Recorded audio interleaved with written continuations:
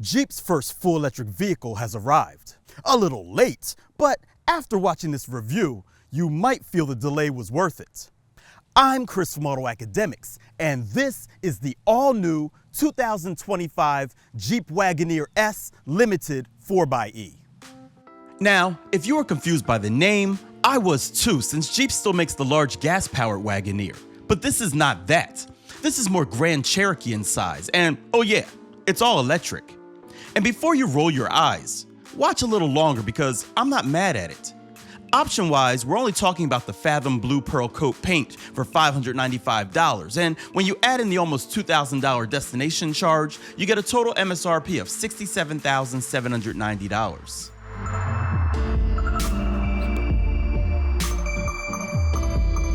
The exterior design of this new Wagoneer S doesn't appear to stray too far from a concept sketchbook, thanks to its modern interpretation of the 7-slot grille and wide stance. The back looks sporty too. Check out its sloping roofline and cool yet functional cantilevered rear spoiler. LED lights flank the corners, and our tester has the no-charge dark appearance package that includes titanium exterior accents, rear fascia, upper grille, and dark daylight opening moldings. It also has 20-inch painted diamond aluminum wheels wrapped in 235/50 series Falken Zyax CT60 all-season tires, and remote start.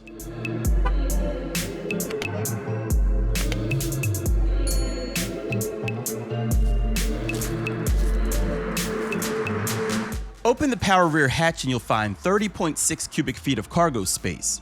Fold the 60/40 rear seats down and you get 61 cubic feet in all. There are grocery hooks, cargo tie-downs, and a 12-volt outlet. There's also some storage under the floor too.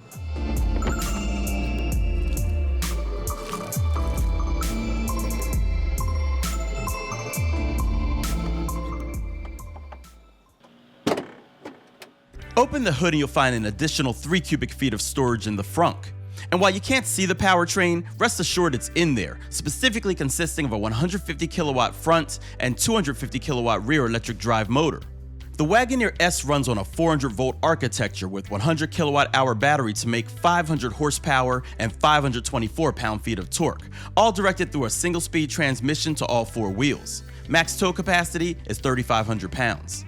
Our Wagoneer S did not come with a level 1 portable charger, so for the most convenience, you'll need to get a level 2 charger installed at your house. We had to charge using a commercial level 3 station, and while it's not slow, the 400 volt architecture isn't as quick as EVs that use 800 volts. That being said, level 3 DC fast charging can get you from 20 to 80% in about 23 minutes, while getting approximately 100 miles of range in just 10 minutes. 240 volt level 2 charging will take about 6 hours for the same amount of charge, and level 1, which we didn't have access to, takes about 32 hours. Note that every Wagoneer S purchase or lease includes a 480 amp level 2 home charger or public charging credits of equal value through free to move charge. The EV menus let you choose the regeneration level, show you your power flow, program charging schedules, and choose what battery percentage you want it to stop charging. And of course, the nav will locate and provide directions to the nearest charging stations. Drive modes consist of Sport, Auto, Eco, Snow, and Sand, and there's an Auto Hold and Rough Road Cruise Control feature too. I normally wouldn't mention acceleration for a vehicle like this, but with a sub 4 second 0 to 60 time, I feel it's warranted. Top speed is 124 miles per hour. Jeep reports total range as 294 miles, but due to our hindered charging capability, AutoAcademics wasn't able to achieve an appropriate result on a full charge, although the Wagoneer S didn't seem to mind if the AC was on or off. We did average 4.3 miles per kilowatt hour during testing.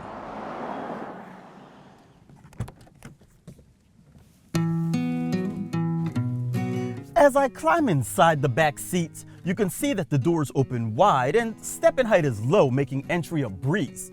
And once inside, there's plenty of leg and shoulder room, with a decent amount of headroom too. Now, the bottom seat cushions are a bit short, but the seat backs have a comfortable recline. The doors have electric releases, and there are also locks back here, but I'm not quite sure what they lock, because while it does keep the door from opening on a first press, a second press, well, opens it again. And there are still physical child locks on the door frame.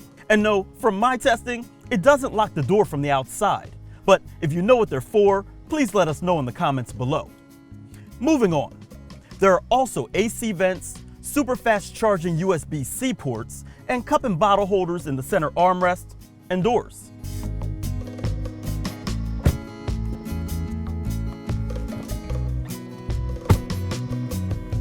As you saw back there, the interior of this Wagoneer S is very attractive and uses a nice blend of quality materials and plastics. The faux leather on the seats is soft and they have a decent amount of support. The Squircle steering wheel feels good too, although its design might be a bit more polarizing. Uconnect 5 with navigation is vivid, clear, and very responsive, and there's a secondary comfort control screen, so you can adjust your climate without changing the display on your primary screen. The wireless charger does a good job of holding your phone in place, and even has a fan to help keep your device cool while it's doing its job. Also, the cameras are very clear. Now, strangely enough, I did not see any charge ports up here, so wireless charging might be your only option. Whoa, whoa, whoa. Not so fast there, buddy. Remember that comfort control screen?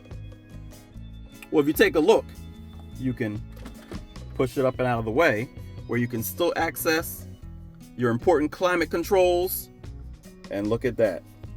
There's a cubby down there, as well as your USB-C charge ports. Finally, the Alpine stereo sounds really nice, even with the surround feature turned on, which I typically leave off. Additional interior features include a digital dashboard, 12.3-inch infotainment display, Sirius XM 360L with 3-month trial, wireless Apple CarPlay and Android Auto, 4G LTE Wi-Fi hotspot, Jeep Connect, 10-way power drivers and front passenger seats, heated front seats, heated steering wheel, and keyless entry with push-button start.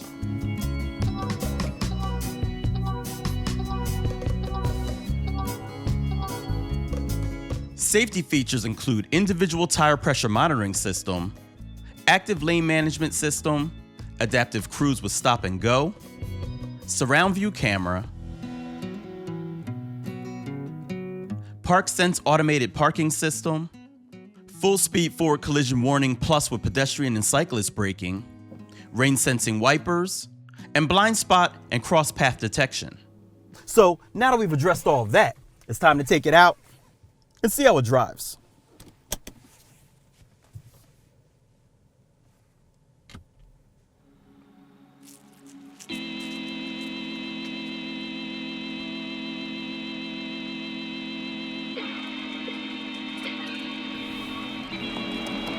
So let me address this one thing up front. While many Jeeps over the years are, this Wagoneer S is not trail rated. No hardcore off-roading for this baby. Fortunately, most people don't do that kind of stuff anyway, and on the road, this thing is nice. The ride is impressively comfortable, and not just for a Jeep. It's smooth, and the experience is, dare I say, quite luxurious. And the cabin is pleasantly quiet. Handling is pretty good too. Now, due to the weight, I wouldn't consider this agile, but it doesn't punish you for taking a corner too quickly. Of course, these higher efficiency tires will protest if you do so. And unlike some other electric vehicles that I've reviewed recently, propulsion in this is EV strong. Match the pedal and it'll move extremely quickly. Now, like some of those other electric vehicles, the brakes don't have much of an initial bite, but they do have a nice pressure feel on the road. Now, strangely enough, they do have a grabbiness that I don't care for while driving at parking lot speeds. It's not as offensive as in some cars, but it's there. Also, view out the back window is pretty narrow too. But those gripes aren't what I would consider to be deal breakers. And as long as range is in the vicinity of what Jeep claims, it's a nice option. Good job, Jeep.